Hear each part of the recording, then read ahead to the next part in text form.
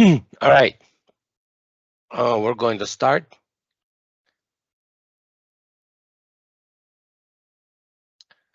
All right, we're going to start. Thanks to everyone who is joining us on Teams. We're also broadcasting this live on LinkedIn. My name is Val. I go by Val.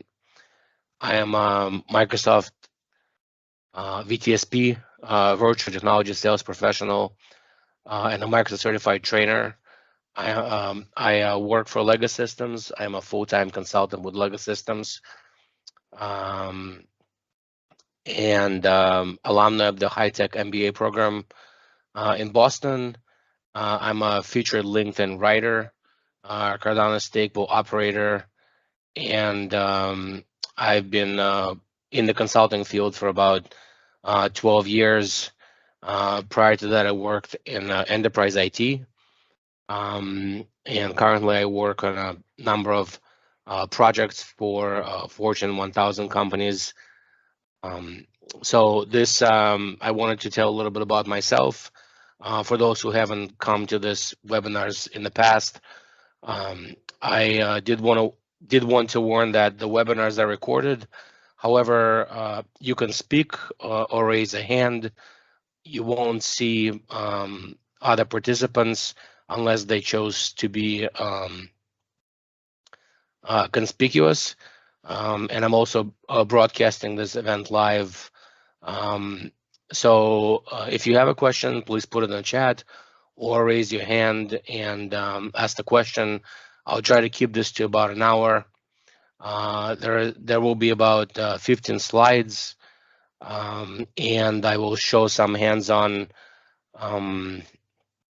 product features from Microsoft Defender for Office 365. The reason why we host these sessions on Microsoft Teams is because it allows us to keep the event secure, so you may not see other participants and they don't see who you are. If you ask a question, your name and your question will be cut out from the video, and the video will be posted on YouTube. But those who watch the video later cannot see who asked the question or what the question is. So, giving this kind of short brief, I'll start with the presentation. So I'll let you know what I'm covering. Today I'm covering email-borne threats, Exchange Online Protection, and Defender for Office 365. The two Defender for Office 365 plans that are known for Plan 1 and Plan 2. Exchange Online Quarantine and how to manage the quarantine, and Exchange Online Protection, which is the basic feature included with most Office 365 subscriptions. I will cover how to configure and manage threat, phish, and anti-spam policies in order to better protect your company and your organization. I will show you how malicious links and attachments are inspected and blocked utilizing safe links and safe attachments, and how to block malicious attachments in email using safe attachments, which is a feature for Defender for 365. And I'll go over Threat Explorer investigations and phish attack simulators. So the most common email-borne threats are phishing.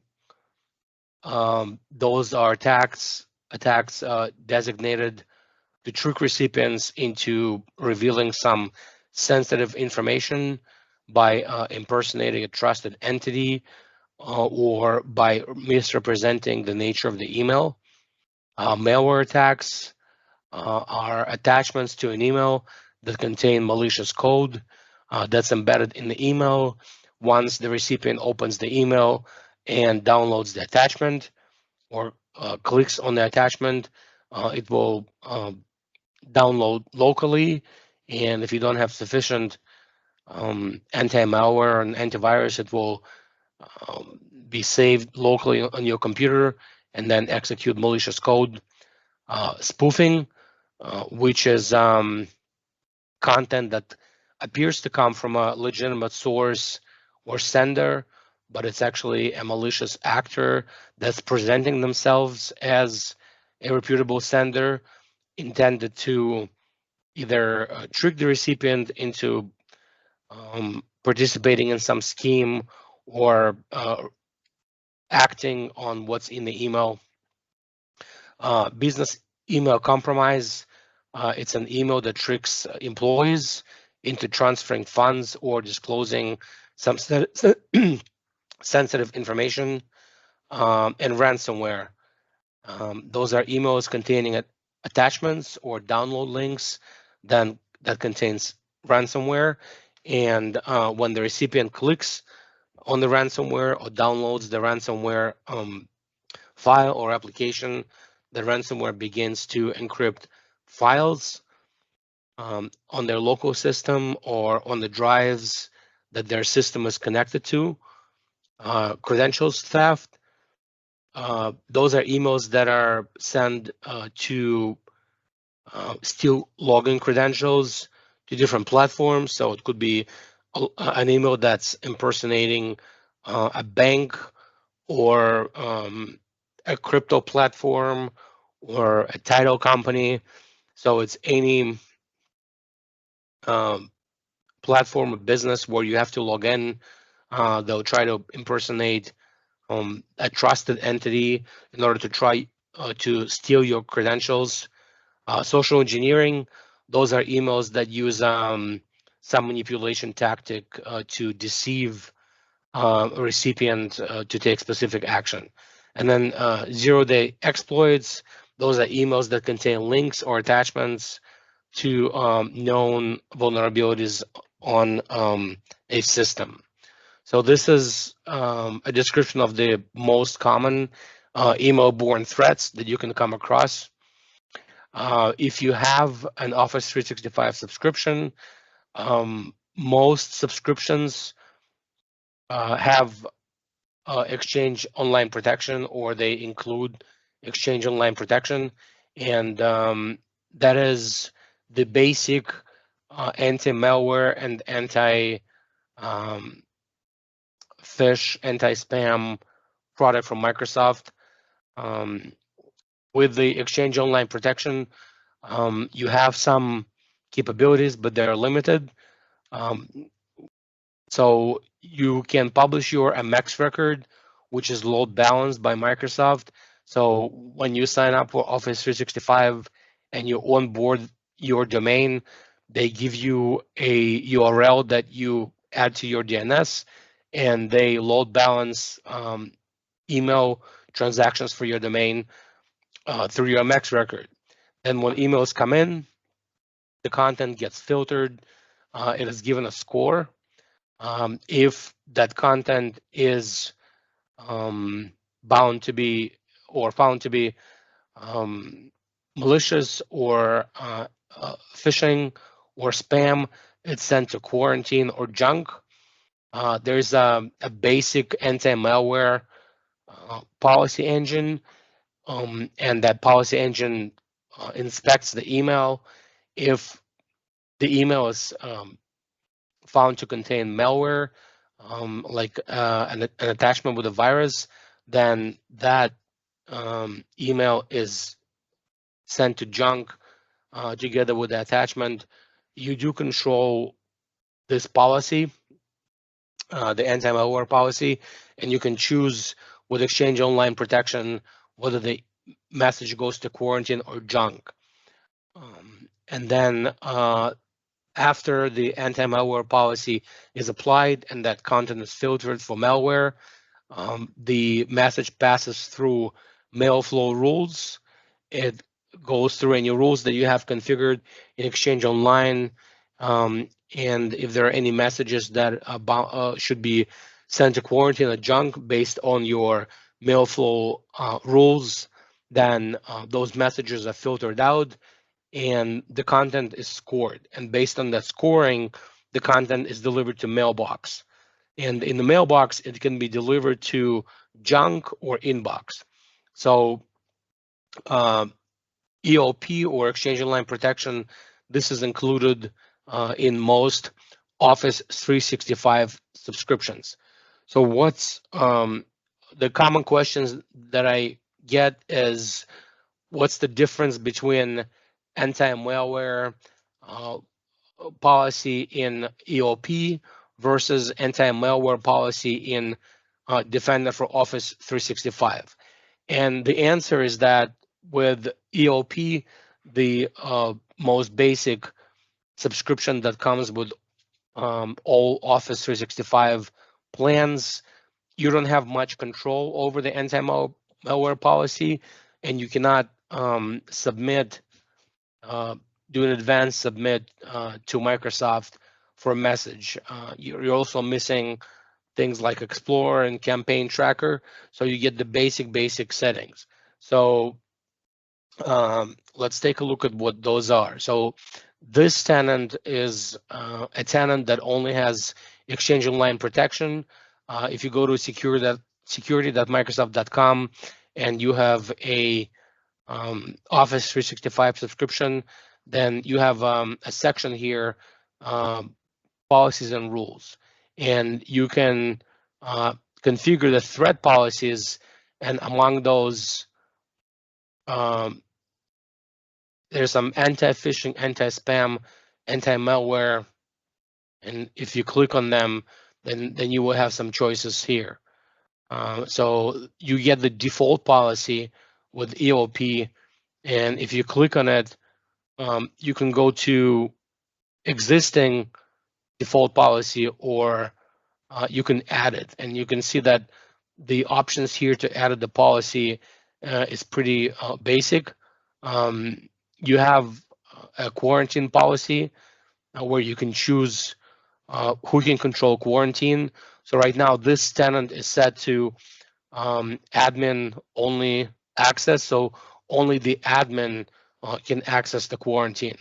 If you choose notification enable policy, then with this option, then the user will get a digest, and in the digest, the user can choose how often they can,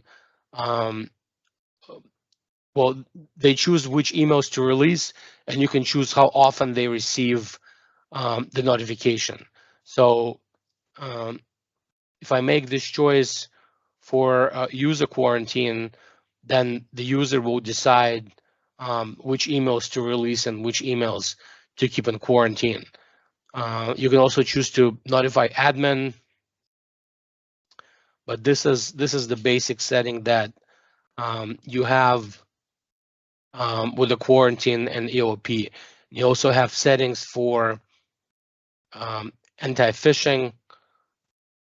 Once this loads, you can also see that this has the default policy only.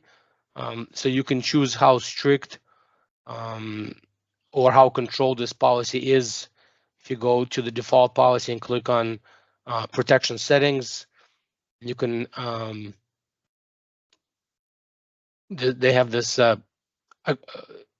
toggle here from standard to aggressive to more aggressive, and some automated phishing monitoring. This is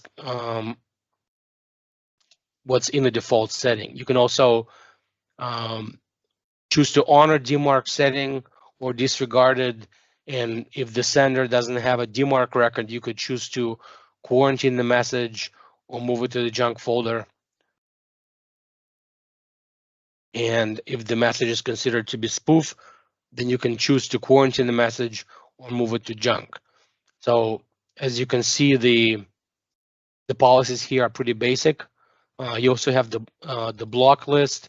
You can add block domains. This tenant doesn't have any. It's being blocked on a different rule. And then you have the quarantine policy. So you can modify the policy, who has access to quarantine. This policy has access disabled. You can enforce which policy is in effect. As you can see, this has admin only quarantine. So this is what you get with the basic.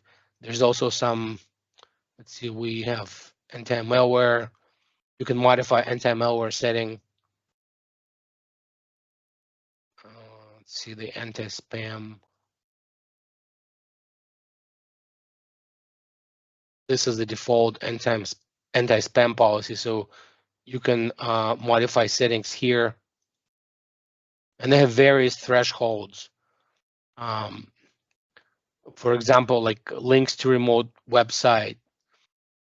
You can increase. So as the messages arrive, they get scored.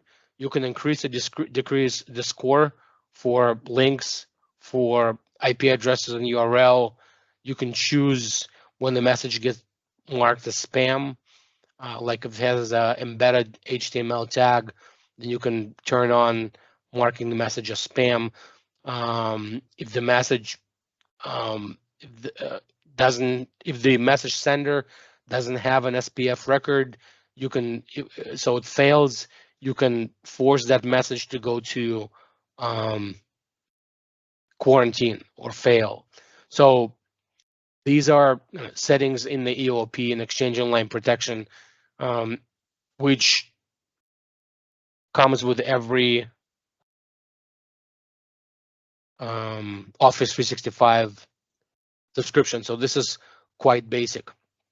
So as I was showing that policy, that's what this content filtering is. So based on your existing policy, the content is filtered, and you can leave the choice as a default, or you can configure the scoring. And if based on your policy configuration, message is not scored as spam, then it's delivered to the mailbox. So here are the features included in Exchange Online Protection. You access the configuration in Security Compliance Center. There's a quarantine you can configure, which is admin quarantine or quarantine that's managed by the user, in which case the user receives a notification that a message has been sent to quarantine, and they can review the quarantine items, or the admin reviews the quarantine items for the user and then decides to release the message or for the message to remain in quarantine. That's this release or delete items. You can adjust quarantine policies, and you can monitor quarantine activity. So this is what's included with Exchange Online Protection. And there are two additional products that are add-ons to any Office 365 subscriptions that you can get, and those are now called Defender for Office 365. This before it was rebranded, it used to be called Office 365 Advanced Threat Protection. So Defender for Office 365 offers a variety of features and addresses the most challenging email-borne threats like phishing attacks, malware infections, phishing links, and account compromises. It detects and blocks threats before they reach your inbox. They also give you a browser where you can go and discover the email that your users are receiving, and look for the emails in those emails to get more metadata on the emails, and what threats those emails might contain. And that helps you to minimize the risks of data breach and financial loss attributed to those phishing and malware attacks.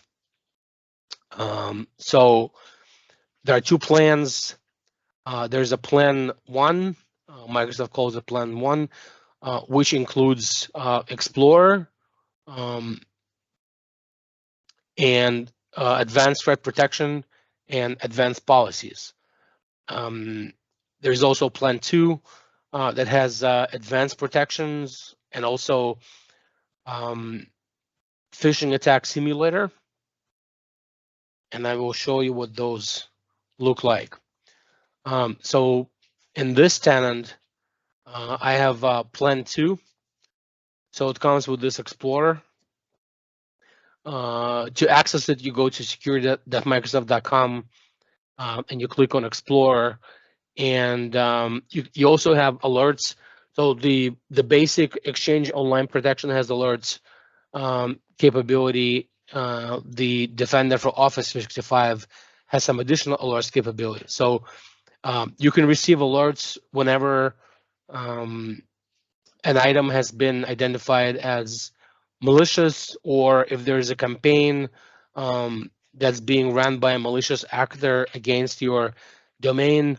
And that typically happens if there is a directory harvesting attack and the malicious actor grabs your user's emails from Active Directory or Azure Active Directory, and they conduct a malicious attack. You can see that in campaign. But this is here is the Explorer, and you get this with Plan 1 and Plan 2, and you can look at all the emails that are received by your users. And you can also see on the latest delivery where that email went. And if you click, like this one went to quarantine, if you click on it,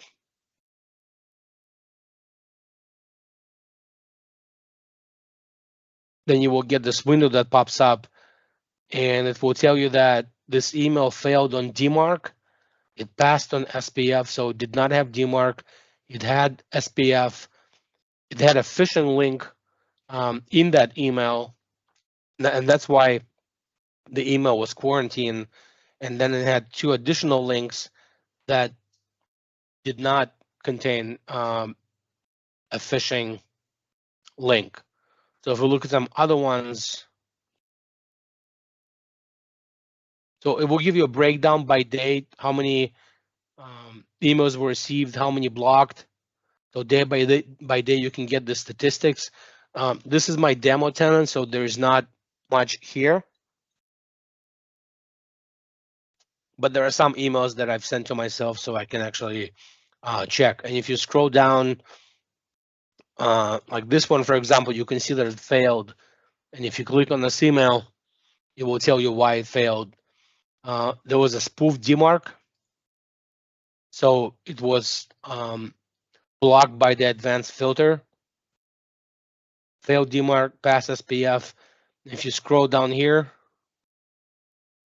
so the safe links scanned the links, and the links were found to have no threats. When you get an email with a link,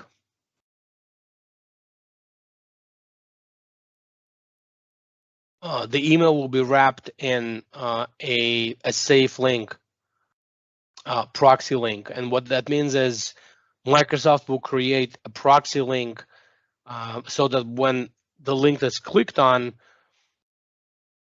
Microsoft will inspect that link to determine if there were any threats in that link.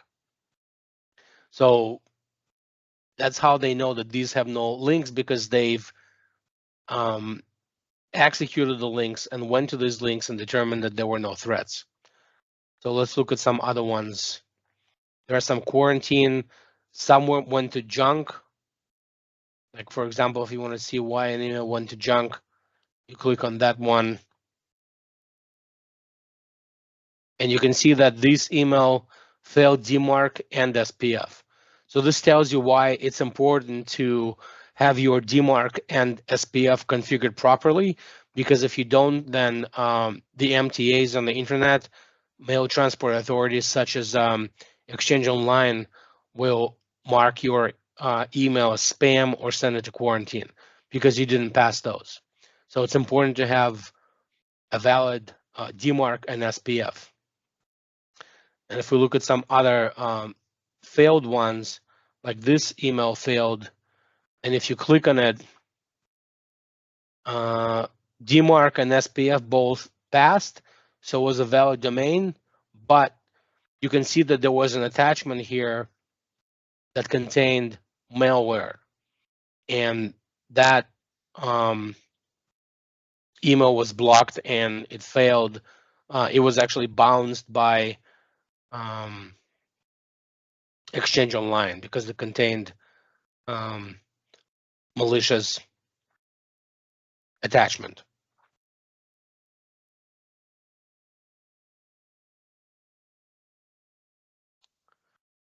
See, I'll jump back into the presentation. So overall, what's offered by the defender based on the plan? With plan 1, you have anti-phishing, Exchange Online protection, real-time reports, safe attachments, and safe links. And in addition to that, with plan 2, you get a simulation training, investigation and response, campaign views, compromised user detection, and Threat Explorer. So we were just looking at Threat Explorer now. You access through Security and Compliance Center. Threat management is configured by policy. So we looked at the built-in EOP Exchange Online policies before, but here you can see that in comparison to the built-in policy, let me put that side by side. So you can see here that these are both in the security.microsoft.com portal. The Chrome window with the tenant on the right has real-time protection, policies and rules, review, message trace, but the one on the left also has investigations, explorer, campaigns, threat tracker. So the one with the defender has a few additional options. So that's the difference in the licensing. And if you click here on policies and rules, for threat policies, if you go into the threat policies and the tenant that has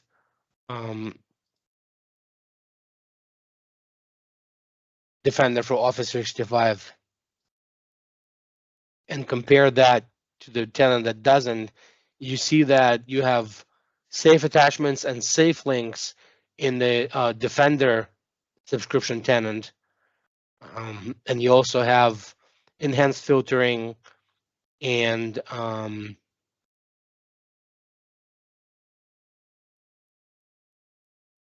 rest is the same. So safe attachments, this is the feature or capability that scans attachments in the emails. They actually go to what's called a sandbox, where the attachment is inspected by Microsoft, and if the attachment is safe, it can continue on to your mailbox. If it's malicious, then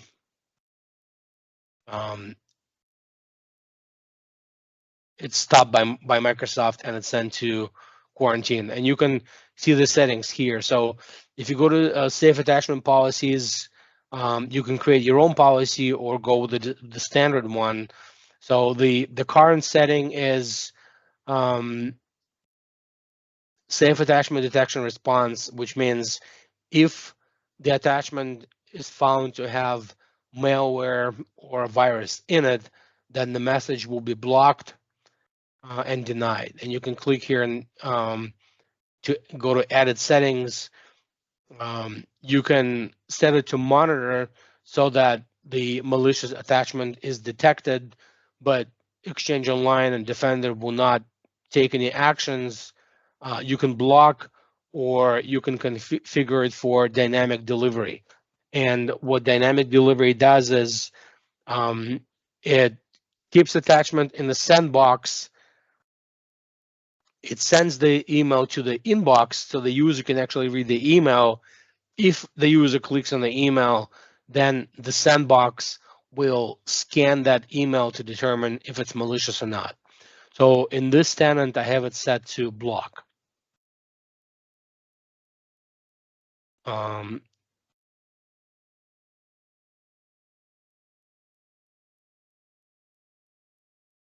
this is just a built-in policy that comes with safe attachment. So let's look at safe links. So most of the email-borne threats come either from links or from attachments. The safe links has a built-in policy, this one that's always there. You can also set up your own policy. So this one is set to block the link. So Microsoft will block a link if a link is determined to be malicious. You can set it to disable, or you can set it also to dynamic delivery. So the email containing the link will be sent to the user's inbox, and when the user clicks on the link, then it will be inspected. But right now, the setting that I have in this policy is block. I can also have it set to monitor, so the email will be monitored and logged in the Explorer, but not blocked for the user, or I can set it off. So this is how the safe links policy is managed. So with the Defender Plan 1, you get both safe attachments and safe links, and you can manage them here. The anti-malware in the Defender, there are more features here that you can turn on or turn off with the policy.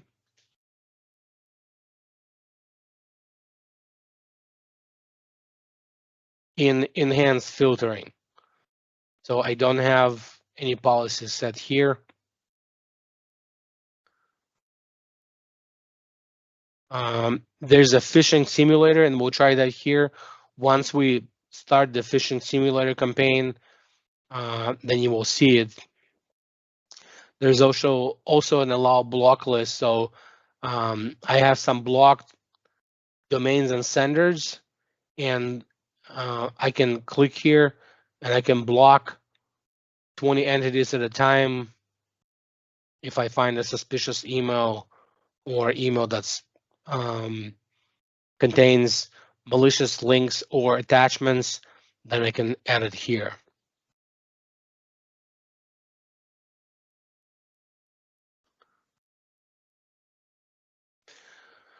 So this is the mail flow with Defender. EOP will, Exchange Online Protection will load balance and filter the messages.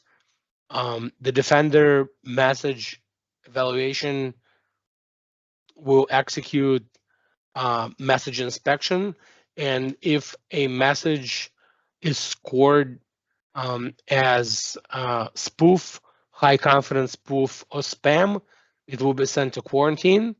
If the message contains an attachment, it will be attachment will be scanned in the sandbox, and if the attachment is found to be malicious, it will be sent to junk. And if the attachment is found to be safe, then it will be delivered to mailbox. If an email has a link, then a link will be wrapped into a safe link URL, and then if the URL will be checked once someone has clicked on it, and if the URL is safe, then the message will be delivered to inbox. If the link is found to be malicious, then the email will be blocked. So this is the scan engine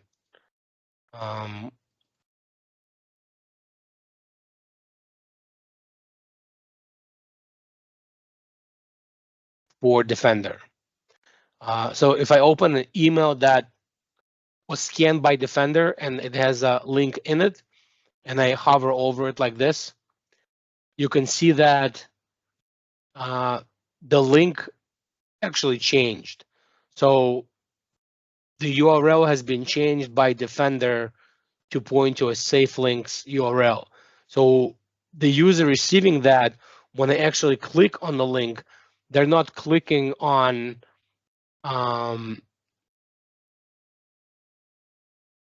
the URL, they're clicking on safe links, and then safe links determines if the URL is safe.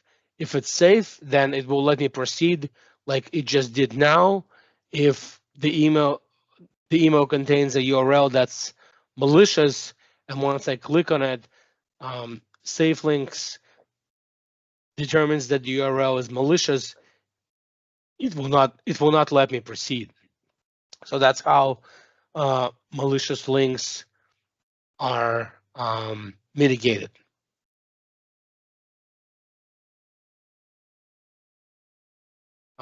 So the how are malicious links inspected and how they prevent ransomware. So EOP, the standard Exchange Online Protection, has some capabilities to defend against malware. The difference between EOP and Defender for Office 365 is that EOP tenants that only have EOP, the default online protection, do not get any new samples inspected. And there are approximately 250,000 samples of new malware created per day.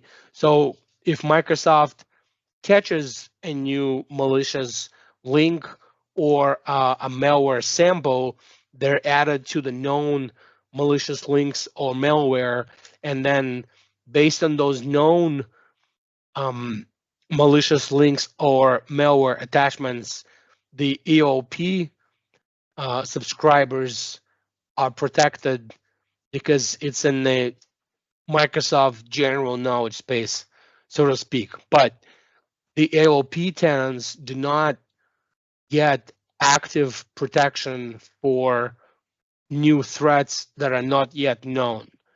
The Defender 365 tenants do.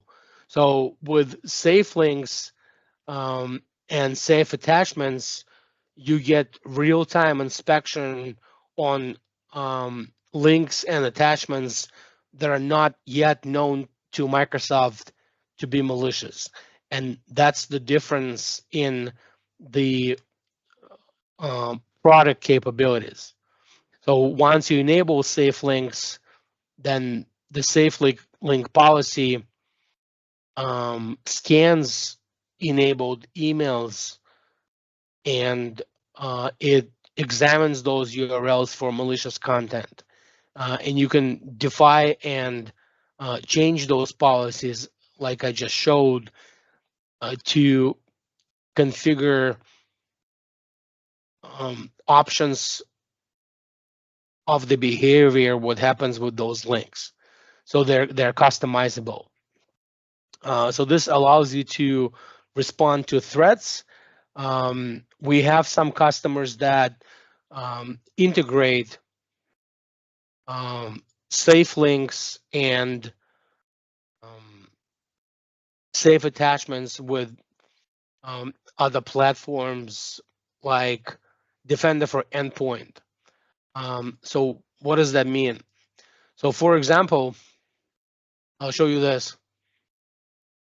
This is a malicious URL workflow and malicious attachment workflow for a tenant that also has Azure Sentinel.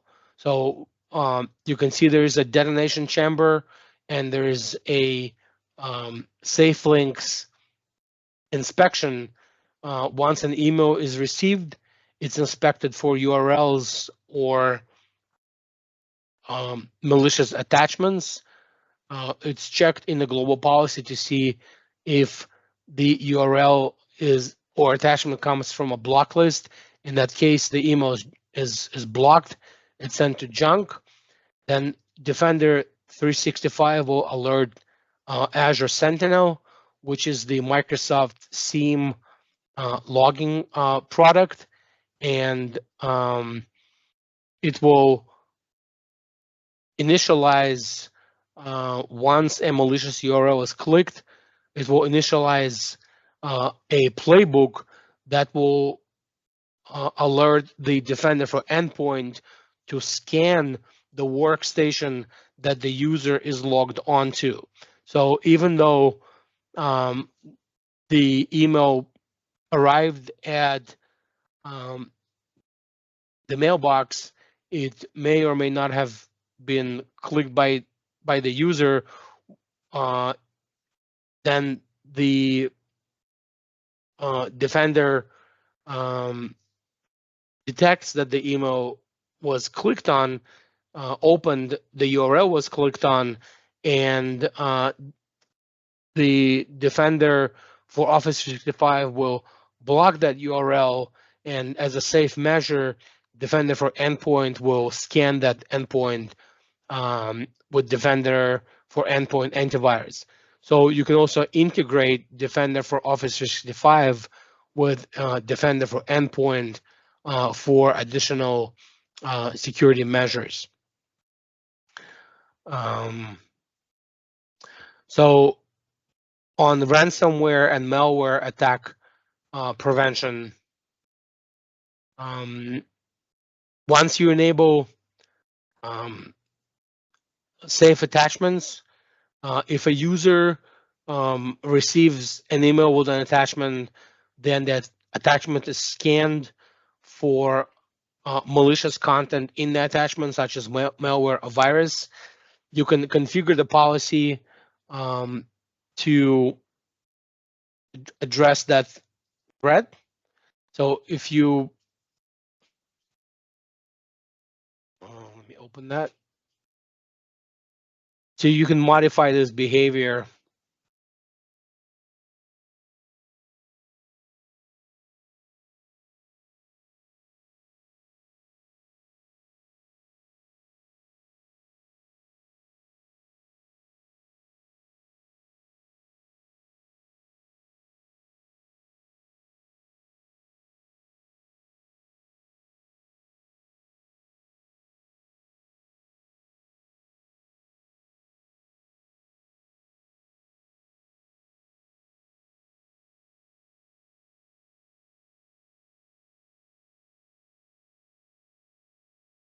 Go to policies and rules in the security center,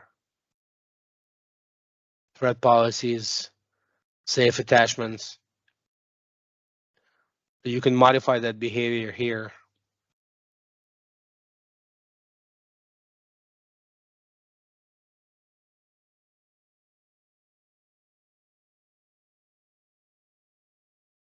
So you can block, disable, or send to quarantine.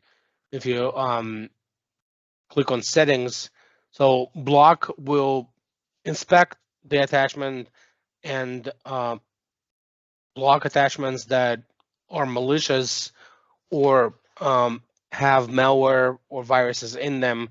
You can choose dynamic delivery, so the message itself will be delivered, but the attachment stays in the sandbox until the user chooses to download the attachment. You can also choose to monitor or turn the safe attachments off.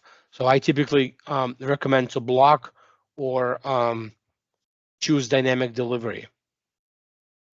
So these are the safe attachment options, but the goal here is to prevent the user from clicking on a malicious attachment download and downloading that malicious attachment, because that would potentially cause a compromise if the attachment is not detected by the endpoint protection or antivirus on their system that they're opening their email on. And then the threat investigation is the Explorer that we looked at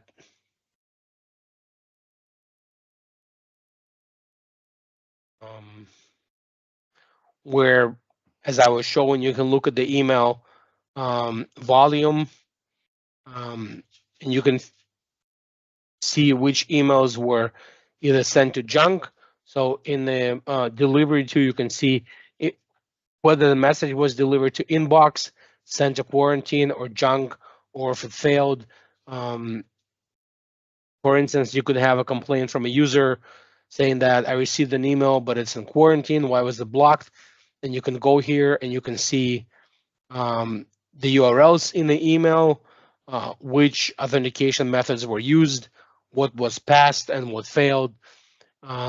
Also, if there is a campaign, you would see that in the campaigns here, but I don't have any in this tenant because this tenant is demo. It doesn't really receive a lot of mail.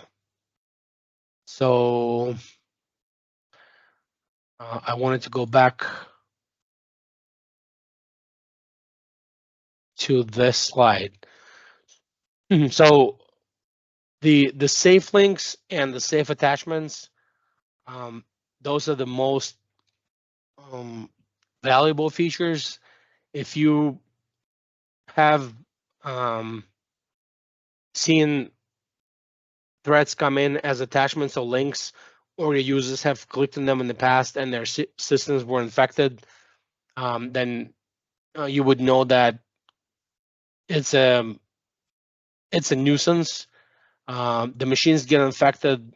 A lot of the ransomware gets in to the systems this way. So the main benefit with Defender is the safe link and the safe attachments feature that helps mitigate this.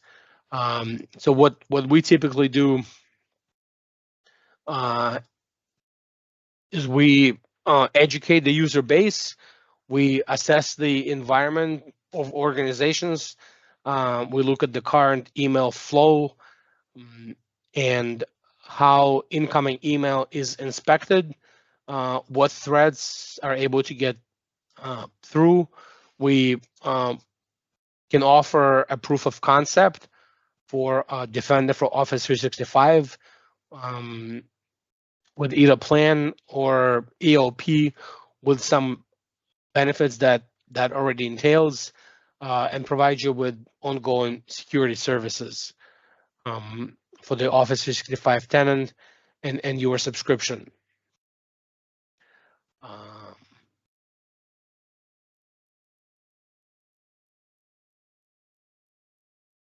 So this is all I have. I've been trying to keep this for under an hour. I hold this